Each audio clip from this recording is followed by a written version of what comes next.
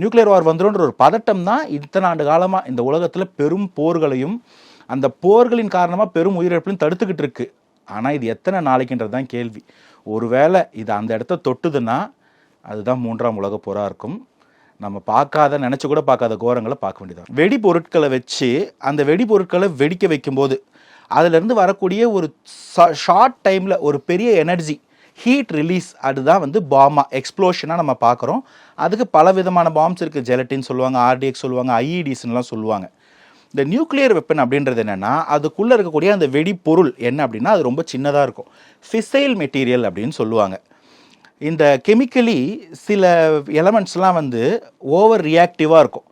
அதில் இருக்கக்கூடிய ரியாக்ஷன் வந்து நம்ம நினச்சி பார்க்கக்கூடிய அளவுக்கு ஃபாஸ்ட்டாக செயின் ரியாக்ஷனாக இருக்கும்.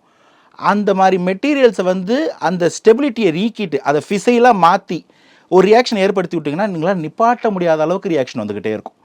அந்த ரியாக்ஷன் காரணமாக வெளிப்படக்கூடிய வெப்பம் ரொம்ப அதிகமாக இருக்கும். அந்த வெப்பத்தின் காரணமாக இப்படி ஒரு சிம்பிளாக ஒரு விஷயம் சொன்னால் புரிஞ்சுக்கலாம். ஒரு தீக்குச்சி இருக்குது. அந்த தீக்குச்சி முனையில் ஒரு சின்ன மருந்து இருக்குது. அதை பொறுத்துனா உங்களுக்கு ஒரு சட்டுன்னு ஒரு நெருப்பு ஒரு சூடு வருது இல்லை, அது அந்த தீக்குச்சியோடைய மருந்து, அதோட வீரியம். அதுபோல் ஆர்டிஎக்ஸ்க்கு வேறு வீரியம், ஐஇடிக்கு வேறு வீரியம், ஜெலட்டினுக்கு வேறு வீரியம், நியூக்ளியர் மெட்டீரியலுக்கு வேறு வீரியம். அதோட சைஸ் எக்ஸ்ப்ளோஷன் வேறு மாதிரி இருக்கும். இது அந்த பாம்போடைய எக்ஸ்ப்ளோஷனுடைய முதல் கட்டம். இதை தொடர்ந்து இந்த பாம்போட கொடூரமான பக்கம் என்னென்னா அந்த இடம் வந்து செயின் ரியாக்ஷனுக்கு உட்படுத்தும். அந்த ரியாக்ஷன் நடந்துக்கிட்டே இருக்கக்கூடிய இடம், ஒரு இடத்துல அந்த நியூக்ளியர் பாம்